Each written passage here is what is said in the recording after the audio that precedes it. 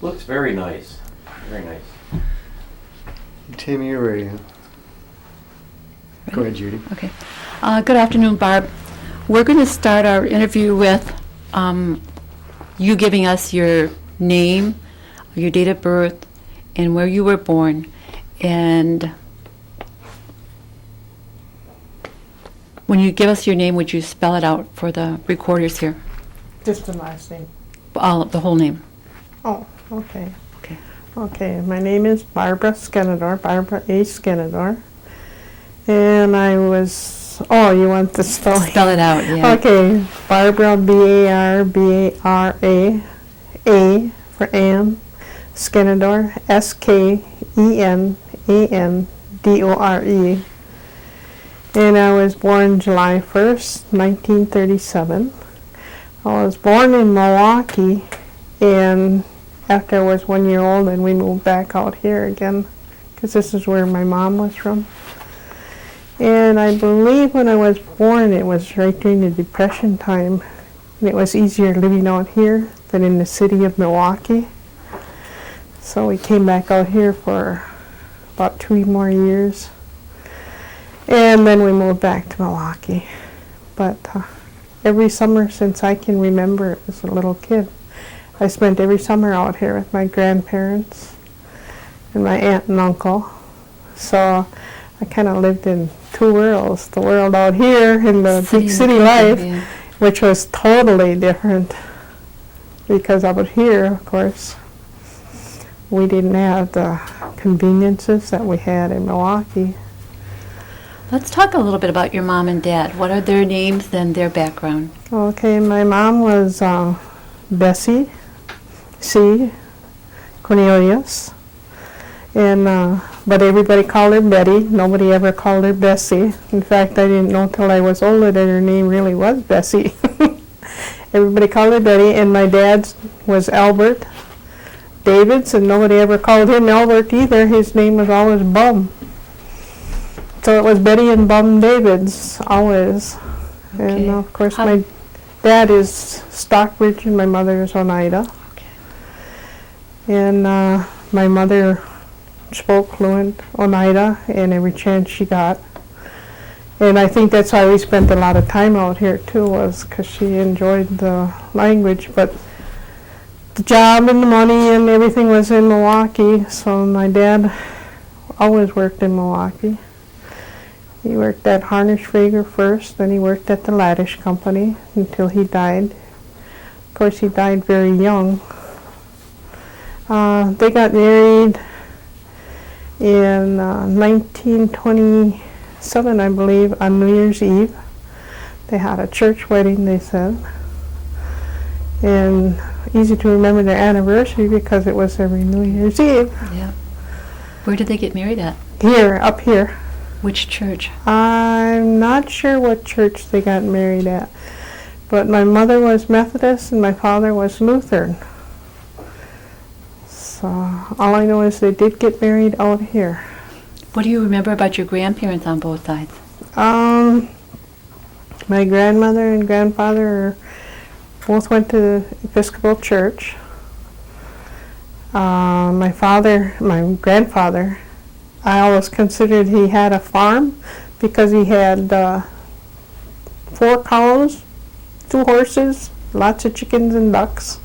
In fact, when I tell my friends I was going to the farm for the summer, they thought that was fantastic.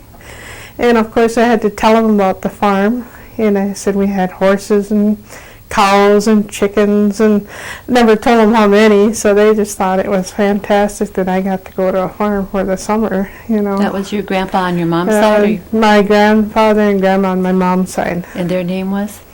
Albert Cornelius and Eva Cornelius. Okay. She was Eva Dockstader before she married my grandfather, and her mother, my great-grandmother, I remembered, was Lavinia Dockstader. And she could not talk any English at all. She only talked Oneida, but she was a fantastic lady. And they all lived on the reservation? All lived right here in Oneida.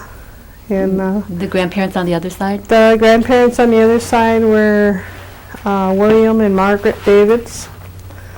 And they lived on the Stockbridge Reservation all their life. In fact, my grandfather, William Davids, is the one that went out looking for a minister to bring to the Stockbridge Reservation back then, because they didn't have one, Okay. and he thought they needed one. So he brought the Lutheran, that's why most Stockbridges are Lutherans, because he brought the first minister there. And they had a family of 12 kids. My dad came from. My mom only had 4. One of the oldest girl died though when she was 7, and her name was Priscilla. Then there was Isabel, and then there was my mom and my uncle Andy, and they were twins. How about your sisters and brothers? You want to list them I out? From the have oldest? one older sister, Edith Davids. She still lives in Milwaukee.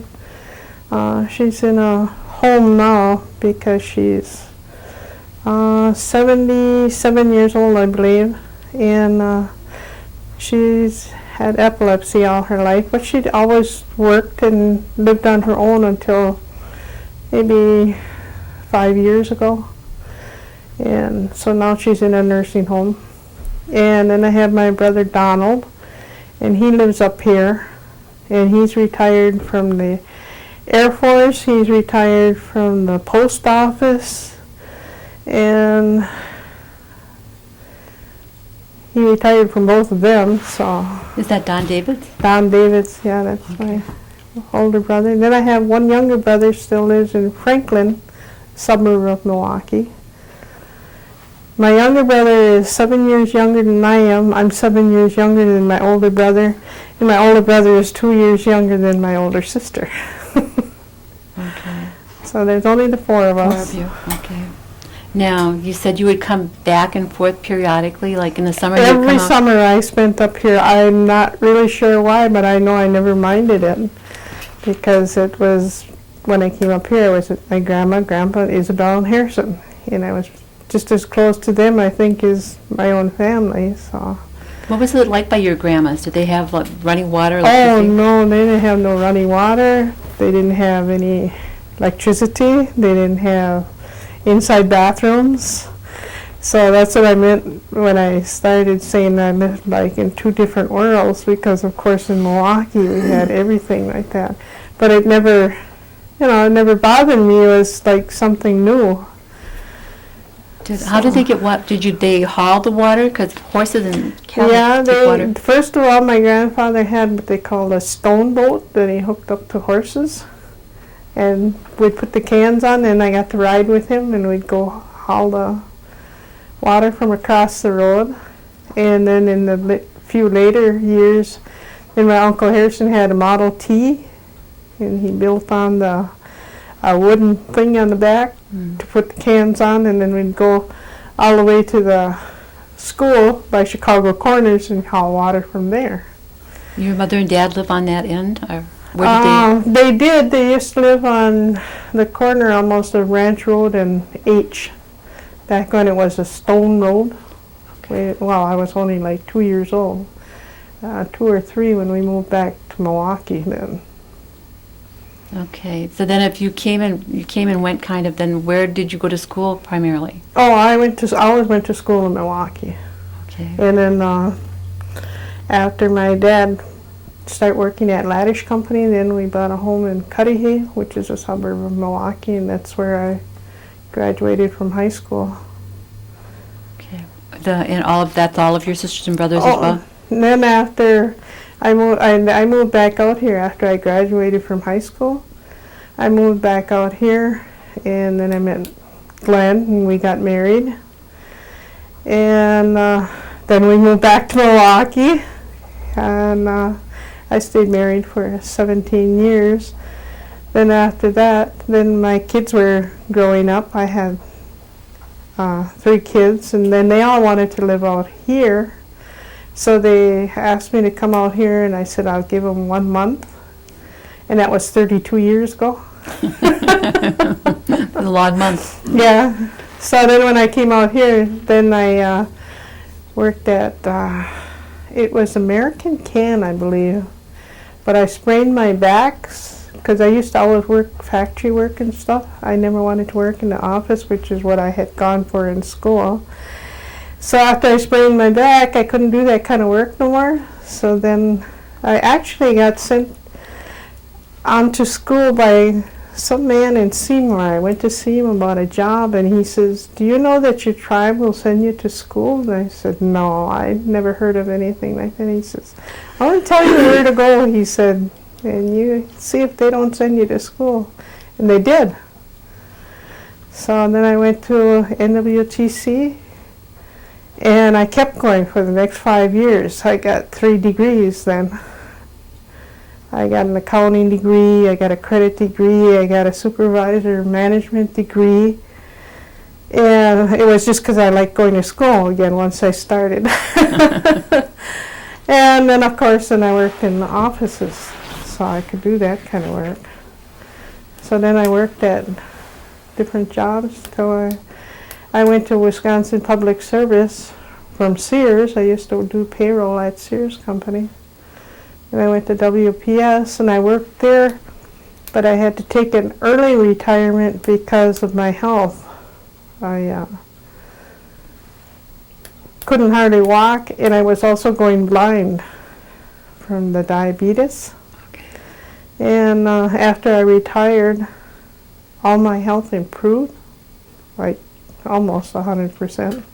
I had eye operations and my legs where I didn't have to use a cane anymore. And of course then being at home was boring. So that's when I started working for the Oncoa board. And then I couldn't stay with them after a few years because my income went up. So then I got the job I'm working on now, and I'm in my 3rd year there running that store, the gift shop for the elderly. You said you were married to Glenn Skenandore? Right. What family is that? Is that, Hank Skenadore's family. okay. All right, and then you had how many children? 3. 3. I have 2 sons and a daughter. What are their names? My daughter is the oldest. Her name is Cheryl. Then I have Steve and Michael. How about grandchildren? I have 12 grandchildren, and I have 25 great-grandchildren. Wow. And my oldest great-granddaughter is 14, and my youngest is, I think, 1 month old. So they range 25 from 1 month to 14 years. Wow. Big family. Lots of great-grandchildren. Okay. Do any of the children, have they picked up on speaking Oneida? Do they take the classes? Or? They did for a while at Head Start. They do, but then they all go to schools outside of Oneida, so then they don't continue it. And the main reason, and I was always around people that talked Oneida, but I never picked it up because at home, of course, my parents couldn't talk it since my mother was Oneida and my father was Stockbridge. Yeah, that's right. I think Glenn's family might have been able to speak Oneida. I'm not sure. I'm not sure that they ever did, though, because they were both Oneidas, Hank and Catherine. Right. Has any of your family members, have they been involved in any kind of tribal politics? Were your mom and dad, or? No, my mom and dad never were. I'm trying to think of any. I know some of my nieces and nephews probably are, because they lived here all their. In fact, some of my nieces are the ones that were always trying to talk me into moving out here too. They were saying, a lot of people had moved away from here because there were no jobs and things, but then my nieces would come and stay with me, and they'd say, well, now jobs are picking up out there and there's something you could do, and they were all trying to convince me to move up here. But finally, when my own children come up here, then they wanted me to come up here too. So. Do you remember if your mom or dad or your grandmas and grandpas ever talked about the land claims?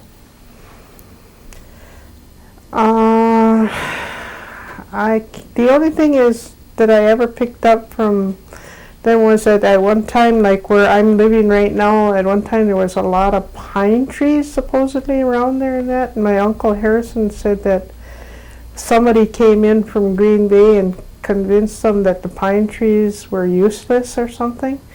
And then they cleared all the pine trees out, and then the people just not figured out what they were good for, making furniture. But it was too late. Yeah. Where is that at? That's on County H. Okay.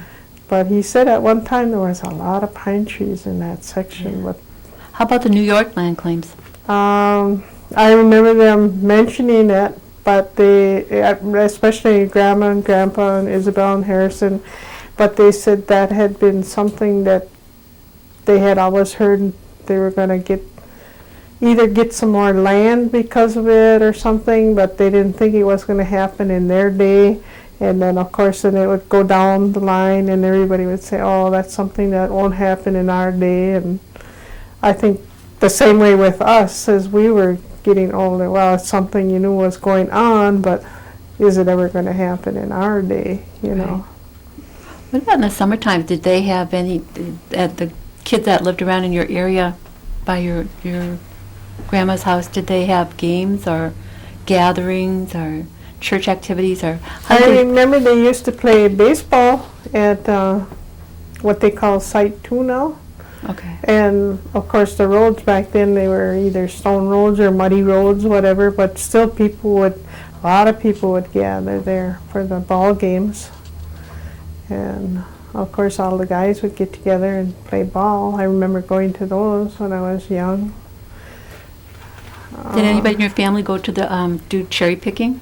Oh yes, even my mother did. There were Isabel, my mom, and of course my brother Donald got to go because he was older. I didn't because I was too young.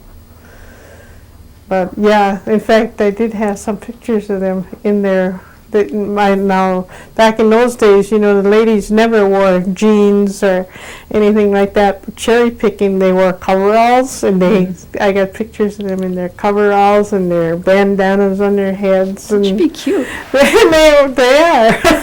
And it's especially to see my mother and my Aunt Isabel dressed like that, because they never wore anything but dresses, you know. But cherry picking, they wore the coveralls and the shirts, and they always went cherry picking.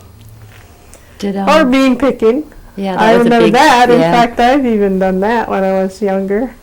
Pick beans to go to the fair. You're right. That was fantastic. I thought that was great that I was earning my own money, and I must have been like, what, maybe 8 or 9 if I was that old. I remember them sitting the bag on the end of the row, and then you take your little pail or whatever until you got that bag filled up. Yep. Did when you were a teenager and you came out here for the summers, did they have any kind of activities for the teens? At the Methodist Church on Wednesday nights, I remember going with my cousins, some of my cousins. YPF or MYF? MYF, yeah, that's what it was. I remember that going on. Otherwise, not a whole lot. I know there wasn't a lot of neighbors like there are now, you know. There were few and far between, but we had a stone bridge right by my grandpa's house. You know, they don't have them anymore, but people used to come there because of the stone bridge, and we'd just sit around and talk and everything. That was the gathering place, I guess. Did you have specific chores during the summertime when you come out by your grandma and grandpa, or even at home when you lived in Milwaukee? Things that you were responsible for? Doing the dishes at home in Milwaukee. Out here, I got to go out in the woods and go get the cows. That was fantastic, because my cousin Myron and I got to do that. I thought that was great. Myron? Cornelius? Oh, okay. He's my cousin. Yeah. And out here, to me, it wasn't Heaven. chores. It was fun. feed the chickens. You know, they had to have certain kind of water and stuff, you know. But like I said, out here, to me, everything was fun. It wasn't like a... Oh, the other thing was inside the house, because there was no basement or anything, we had a root cellar. And you pulled off that square, and I always wanted to be the one to go down in there and get the fruit or vegetables, whatever. Did your grandma can a lot? Oh yeah, they did all their own canning, so that was always full down there. So I'd always be the one, can I go down and get the whatever you want? And they'd Make say, pickles and get "Well, those?" Oh yes, everything.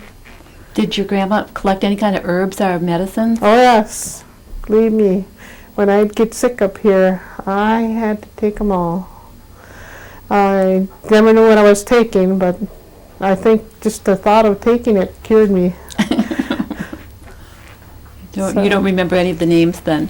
No, I don't remember the names of any of it, but like at home, even in Milwaukee, we didn't use too much medicine or anything. My mom's favorite thing was pine pitch for sores or salt pork. You put it on there and bandage it, and that would draw out the poison. Vicks, that was it. I mean, you look at our medicine cabinets, and there was no medicine there except... Now you mentioned diabetes. Does most of your family have? Are they diabetic? I'm diabetic, but my mom was just fringe diabetic. She never had to take anything for it, and nobody else in my family really is diabetic. Just me. Okay. Did your mom or your grandparents, were they active, or did help you kids learn how to go hoyaning? Or Oh, my grandparents, yeah, my grandma baked, and Isabel, you know, 'cause Isabel and Harrison always lived with my grandma and grandpa. okay. So they did all their baking together. In fact, the house always smelled great from sun up to sundown from all the cooking, because it was wood stoves, and, you know, so they'd have to start early in the morning. If they wanted to bake, they had to bring that oven in and put it on the stove, and so it was something cooking all the time, you know. Did your group then go hoyaning from house to house? No, I was too young, I think, or for some reason, because I never really did. But I knew that they baked for that. I never went, but I know that my brothers did, my sister did, you know. Where did your family normally have Christmas then, here or in Milwaukee? Most of the time in Milwaukee. And then we'd always look forward to getting a package from my grandparents, and it was always like homemade mittens and socks, and we thought that was fantastic. Because we didn't have a lot of stuff, you know, like they do now, what you look forward to. So to get a package from someplace else was enough. A big treat. Or we didn't have TVs, you know. We did have radio in Milwaukee, but we didn't have that out here, you know. And it was just different. Okay. So then you were raised in the Lutheran church? I was raised in the Lutheran church, yeah.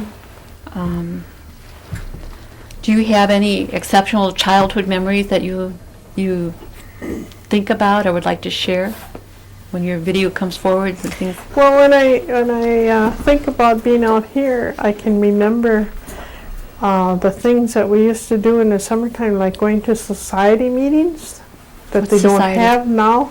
It was like my grandparents and everybody, they'd go to other people's homes in the evening, at least once a week, I think maybe every Tuesday or something it might have been. And they'd sing and they'd talk. And I know everybody, I think it was like a dime or something they contributed. And, I vaguely remember that too. Yeah. In fact, I was very young, and I thought that was fascinating. And of course, then I would meet other kids there, because people did bring their kids along, but we'd get to play outside, and they'd have their meetings and their singing and collecting. And the main purpose of it was to collect this money and get enough money so when somebody died, they helped with the burial. Right, I remember that. But I know that after I was growing up, they had a society meeting, but they used to meet across at the parish hall, but it was nothing like back in when I was younger. Do you ever remember going to any of the wakes where they had them in the homes? Oh yes, lots of them. And where they have the wake in one room, and then in the kitchens they'd be eating and have food all night long. People stayed up all night, and they'd have the singing. And yeah, I remember going to quite a few of those at different houses. Yeah. Did your family have any connections or attend any of the like the longhouse ceremonies? No. Probably weren't around. That wasn't around back then, I don't think. I don't remember any of that at all. Okay, so what were some of your hobbies or things that you you enjoy doing besides working part-time? Oh, like now? Yeah. I read. I read a book a week. I belong to 2 different book clubs. Oh, okay. And then, of course, I work with Marie that runs the library. So between my book clubs and the library, I'm well supplied with books. So I do a lot of reading. I think it's good for my eyes, too. Probably. Now, you said you went to school for quite a while, and then you went into these different positions that you worked in. Yes. You want to kind of just give us a brief overview of all of the jobs you've had? Well, I worked at Sears in payroll, and occasionally another girl and I, her name was Barbara too, her and I, the computers would go down here in Green Bay, and we'd have to go to Appleton and do the payrolls on their computers. And then I got offered another job to do the accounting for a new restaurant in Green Bay, but at the same time I got the offer at Wisconsin Public Service. And you have to be tested there. And I was on the top third of the testing. That's why they hired me. Good. So I actually wanted to work there for as long as I could, but then I got ill, got the blood clots in my legs and the blindness coming on, and I had to retire at 60 then. So I went right on regular Social Security after I went to all the state doctors, and they said I'd never work again. I was pretty bad shape. But then, like I said, after about 2 or 3 years, everything come back pretty good. That's interesting. Yeah. The you were saying that you worked here and then you've raised your children here and your grandchildren. Well, I actually raised my children in Milwaukee, but first of all, my daughter got married to someone from here, and then my son got married to someone from here, and then my youngest son wanted to move up here, so that's why they were insisting.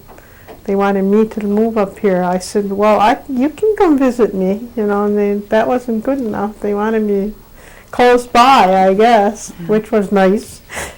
So I said, okay, I'll go try it for 1 month and see how I like it. And like I said, 32 years ago. Okay, this is an interesting question. What does it mean to you to be an elder?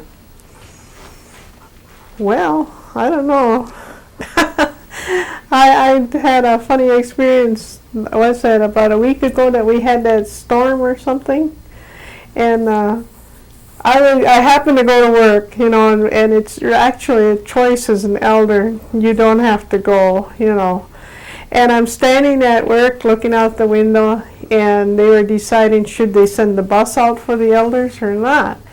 And I turned around and I said to Lorna, because she's the supervisor there, I said, you'd think those old people would know enough to stay home and not come out in this weather. And she stood there and gave me the oddest look and says, what?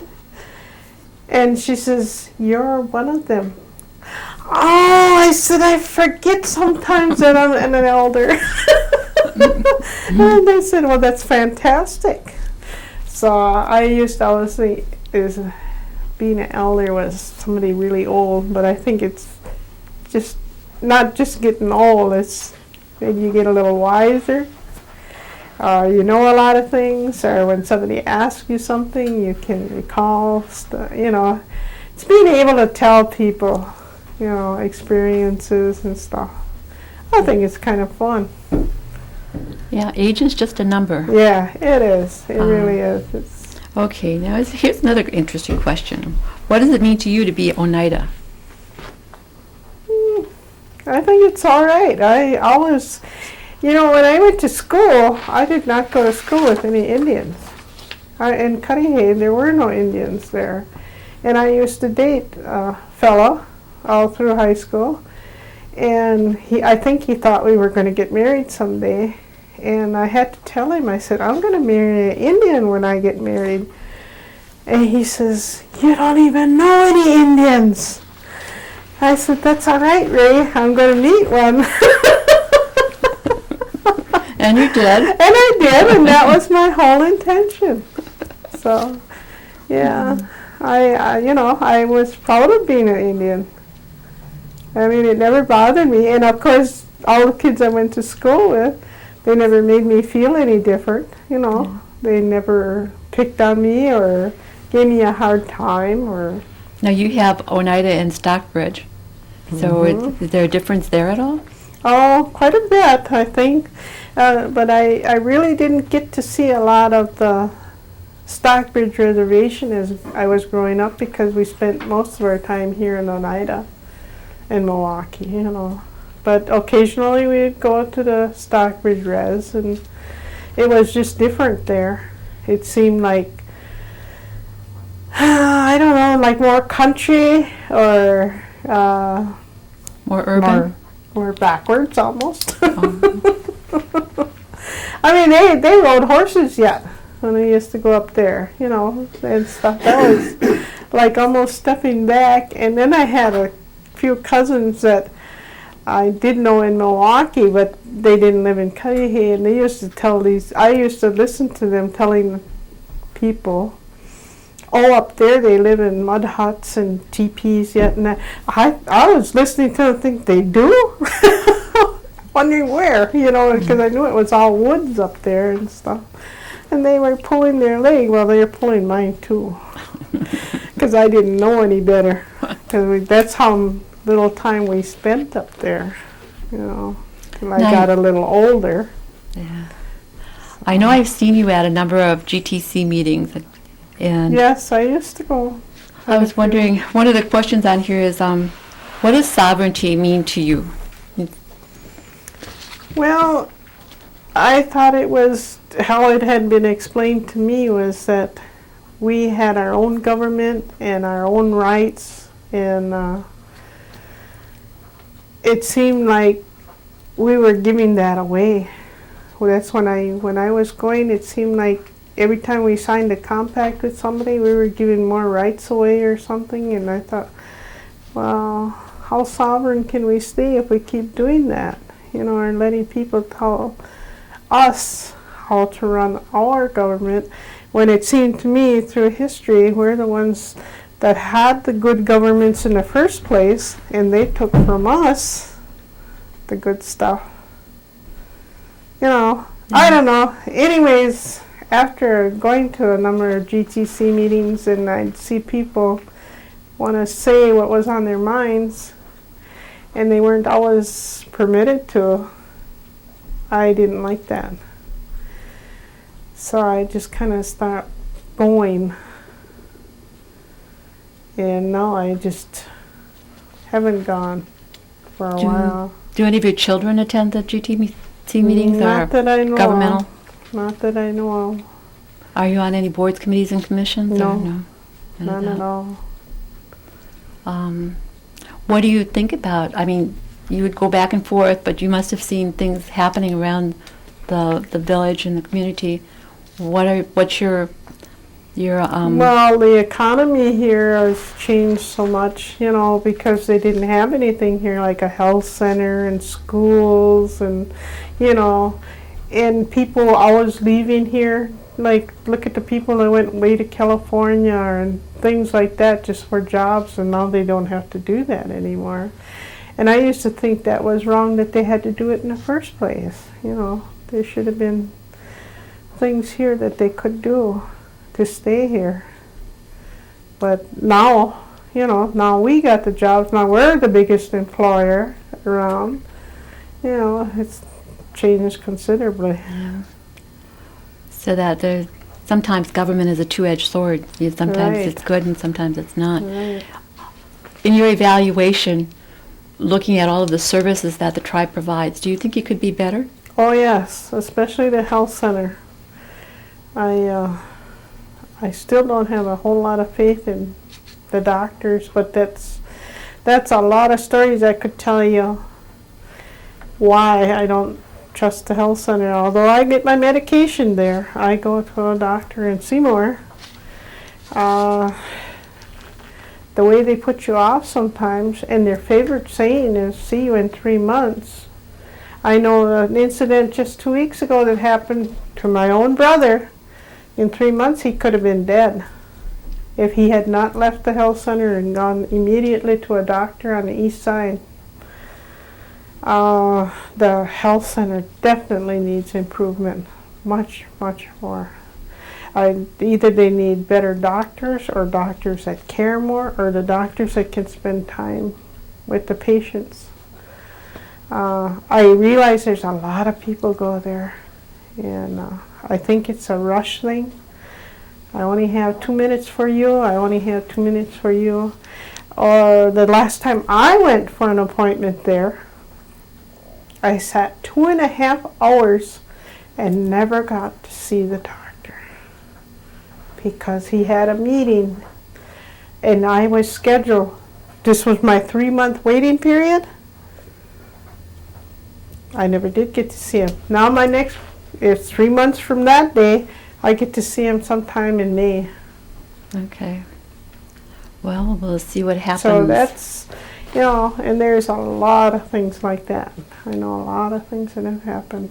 Our health center needs improvement. I mean, it's a great thing that we have that health center. It really is. But I still think that needs 100% improvement. Speaking of horror stories, and this is kind of a play on words, I was thinking about one of the questions I missed was, did your parents or your grandparents ever talk about ghost or witch stories? Oh, yes. In fact, my sister, being much older than me, dear, and she used to stay with my Aunt Phoebe in Chester and Phoebe. That was my grandfather's brother. Now, before he died, he got some kind of paralysis or something, because he used to sit in a rocking chair, and he could not talk no more, and but he could just barely rock, and he was for years like that. But he was at home because they didn't have a nursing home or anything, And when he died, my Aunt Phoebe, for some reason or other, told my sister that she was very afraid that he was coming back for her or something like that. And they claimed this is true. They were upstairs in the house, and they heard this walking. They heard the door open, and Phoebe said, "See, I knew he was going to come for me." So my sister has never been afraid of anything in her life that I ever knew of. And she comes down the steps, and their rocker is rocking, like somebody's in it. And she said, "Chester, I want you to leave my Aunt Phoebe alone. You go where you're supposed to go and don't come back. You leave her alone. She's not ready for you yet." And it was like the rocker stopped, and there was my Aunt Phoebe and her daughter. And like it stopped, and they heard the door open, close, and that never happened again. And just like that, my Aunt Phoebe was never afraid either no more then. But they say that actually true because my sister was angry and got after him and he left. And they say that as long as you believe, well, the other thing was they used to always drink green tea back in those days. Right. And what did they do after they drank green tea? Everybody got their fortune told from the leaves. Yep. They really believed in that. Yeah. And if somebody came right when you were going to eat dinner, you always had them eat with you, because that was good luck. So no matter who came, you insisted they stayed for dinner. When you did the green leaves, did you put the cup down a certain way? Oh and turn yeah, it? yes, you had to tip it over Yep. and everything. Yes, oh yeah, there was a lot of things like that Yeah. that did bleed dinner. And then everything, of course, too, was like, now we had a outage last summer, and I was home by myself at night, and one of my great granddaughters, she was only 10, I think, but she came over because she didn't want Grandma home in the dark alone. So I lit up a oil lamp, and I told her, you know, this is how we spent our nights when I lived across the road. And I had to tell her all about it because she couldn't believe anybody could live like that. And I said, that's all we ever had was lamplight. I said, of course, we didn't stay up till 10, 11 o'clock either, but that was our lighting at night. And she was fascinated by the fact that, but she wasn't going to leave me alone because that was too dark. Well, now with this tape, you can share it with all of them. They'll know. Yeah, she was really... Did I miss anything? Not that I can think of. Okay. I want to thank you, Barb. Okay. Very interesting interview. Right. And I've got your paper right here.